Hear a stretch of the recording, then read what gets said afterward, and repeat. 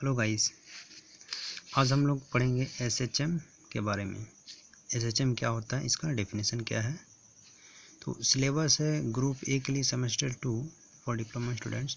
Definition जानना है, फिर SHM as projection of uniform circular motion on any one dia, और उसके बाद फिर इक्वेशन ऑफ एसएचएम। तो हम लोग जानेंगे डेफिनेशन इसका क्या है। कि डेफिनेशन इसका कहता है कि when the restoring force is directly proportional to the displacement from equilibrium the resulting motion is called simple harmonic motion. मतलब कि कोई स्प्रिंग है, यहाँ पर फिक्स है, और इसको ये है इसका इक्विलिब्रियम, मतलब कि जब कुछ नहीं करने दिए यहाँ तक है स्प्रिंग। जब इसको हम लोग खींचेंगे, जब अपन फोर्स लगाएंगे तो ये स्प्रिंग जो है एक्सटेंशन अपना यहाँ तक करेगा। फिर जब इस फोर्स को रिलीज कर देंगे हम लोग, तो स्प्रिंग जो है अपना रिस्टोरिंग फोर्स एक लगाएगा, जिसके कारण ये स्प्रिंग अपनी खिंचाव के कारण, रिस्टोरिंग फोर्स के कारण यहाँ तक मोशन करेगा। फिर स्प्रिंग जो है आगे तक मूव करेगा, फिर बैक मूव करेगा फोर्थ। मतलब कि एसएचएम जो है अपने पोजीशन पे फिक्स होने के बावजूद वो बैक एंड फोर्थ मोशन करता है। मतलब आगे और पीछे जब मोशन करता है तो इसको बोलते हैं एसएचएम। सो जो ये इक्विलिब्रियम पोजीशन से आगे मूव करता है तो ये एक्स पॉजिटिव लेते हैं, और इक्विलिब्रियम पोजीशन से जो पीछे मूव करता है तो इसे हम लोग माइनस लेते हैं, जो कि ये डिस्टेंस कवर होता है एक्स। अब जो है डेफिनेशन का आता है कि restoring force is directly proportional to the displacement from equilibrium position. ये इक्विलिब्रियम पोजीशन है, यहाँ से हमारा डिस्प्लेसमेंट हुआ पीछे की ओर, ये एक्स। तो F equal to minus K X, ये रिस्टोरिंग फोर्स का इक्वेशन है, जो कि हम लोग को मिलता है डायरेक्टली डेफिनेशन से।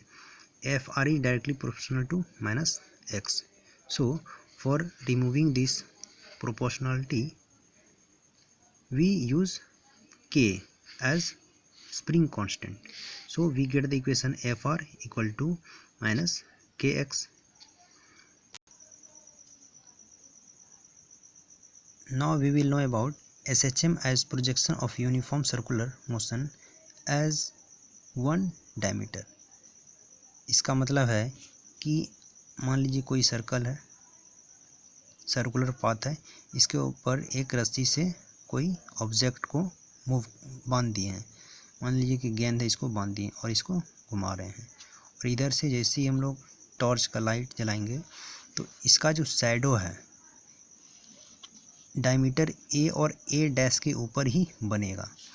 ये पूरा सर्कुलर पाथ पे मूव करने के बावजूद अगर इसका हम लोग प्रोजेक्शन लेंगे, मतलब शैडो देखेंगे, तो सिर्फ ये इसी पॉइंट के बीच इसका शैडो दिखेगा, ए और ए डैश के बीच, ए और ए डैश के बीच।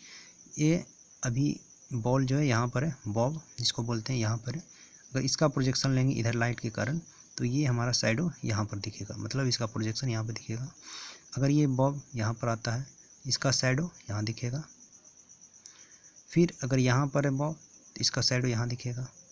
फिर नेक्स्ट अगर यहाँ पर आ जाता है तो भी इसका जो प्रोजेक्शन होगा, शैडो होगा, यहीं पर बनेगा, इससे आगे नहीं जा सकता है।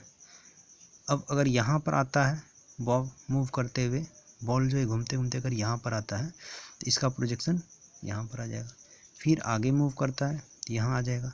फिर अगर यहाँ इस तरह से पाथ में, सर्कुलर पाथ में मूव करके अगर बॉब फिर से यहाँ आता है तो ये ए तक ही इसका शैडो दैट मीन्स प्रोजेक्शन सीमित रहेगा, इससे आगे नहीं जा सकता है।